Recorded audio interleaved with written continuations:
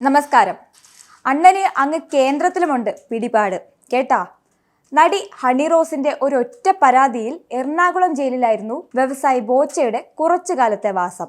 ഇനി തീഹാറാണോ അതോ യുപിയിലെ സന്യാസിമാരുടെ ജയിലാണോ ബോച്ചയെ കാത്തിരിക്കുന്നത് എന്നറിയണമെങ്കിൽ ആ മൊണാലിസ ഇങ്ങ് കേരളത്തിലേക്ക് വരണം. വന്നിട്ട് പറയാം ബാക്കി. അല്ലാതെ പിന്നെ ഈ ബോച്ചെ ആരാധകർക്ക് വേണ്ടി മരിക്കാനും തയ്യാറാണ്. പക്ഷേ പാവം ആരാധകരുണ്ടല്ലോ. ബോച്ചെ ജയിലിറങ്ങിയപ്പോൾ അവരെ പുറത്തൊരു പടക്കം പൊട്ടിക്കാൻ പോലും പോലീസ് അനുവദിച്ചില്ല. ഇനി മൊണാലിസ വരുമ്പോൾ അറിയാം ബാക്കി പുകില്. ഇനി മൊണാലിസ ആരാണെന്നറിയണ്ടേ? അടുത്തിടെ കുംഭമേളയിലെ ശ്രദ്ധേയമായ കരിമിഴി കണ്ണുകളുള്ള വൈറൽ താരം ആ മൊണാലിസ തന്നെ. വഴിയിൽ കിടക്കുന്ന പുകിലുകളൊക്കെ എടുത്ത് തോളത്ത് വെക്കുന്ന ബോബി ചെമ്മണ്ണൂരാണ് മൊണാലിസയെ ഇങ്ങ് കേരളത്തിലെത്തിക്കുന്നത്. ഫെബ്രുവരി 14 കോഴിക്കോട് ചെമ്മണ്ണൂർ ജുവലേഴ്സിൽ മൊണാലിസ എത്തുമെന്നാണ് ബോബി ചെമ്മണ്ണൂർ അറിയിച്ചിരിക്കുന്നത്. താൻ ബോബി ചെമ്മണ്ണൂരിനൊപ്പം കേരളത്തിലേക്ക് എത്തുമെന്ന് മൊണാലിസ പറയുന്ന വീഡിയോയും ബോബി ചെമ്മണ്ണൂർ തന്റെ സോഷ്യൽ മീഡിയയിൽ പങ്കുവച്ചിട്ടുണ്ട്. വീഡിയോയ്ക്ക് താഴെ നിരവധി പേരാണ് കമന്റുമായി എത്തിയത്.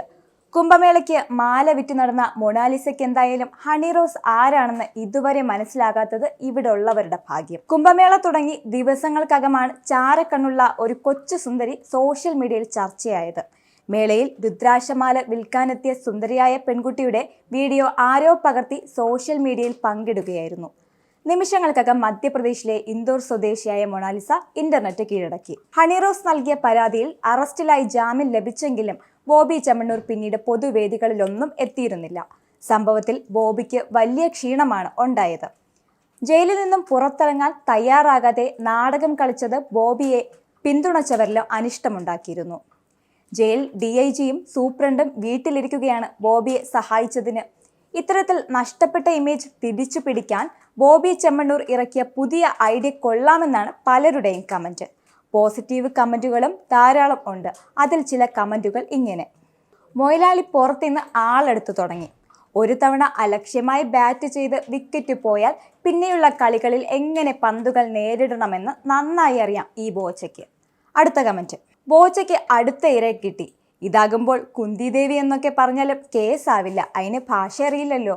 ഇത് അദ്ദേഹം ഒന്ന് വീണപ്പോൾ സന്തോഷിച്ചവർക്കുള്ള ചെറിയ സമ്മാനം. ബോച്ചെ, പറ്റുമെങ്കിൽ ഈ കുട്ടിക്ക് നമ്മുടെ കേരളത്തിൽ നല്ലൊരു സ്കൂൾ വിദ്യാഭ്യാസം കൂടി കൊടുക്കണം. നിങ്ങൾ ബോച്ചയല്ല പൂച്ചയാണ്. എവിടെ അടിക്കണം എങ്ങനെ അടിക്കണമെന്ന് അറിയാവുന്ന നല്ല ഒന്നാന്തരം കണ്ടൻ പൂച്ച.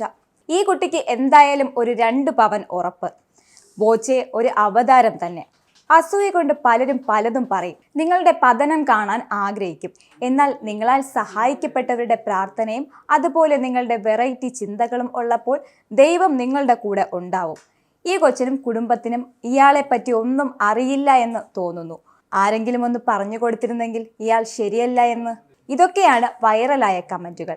എന്തായാലും ഫെബ്രുവരി 14 അറിയാം അണ്ണന്റെ നോർത്തിലെ ആ ഇടപാട്. നിങ്ങൾക്കും ആനന്ദ മീഡിയയുടെ പ്രേക്ഷകരിൽ ഒരാളാകണ്ടേ?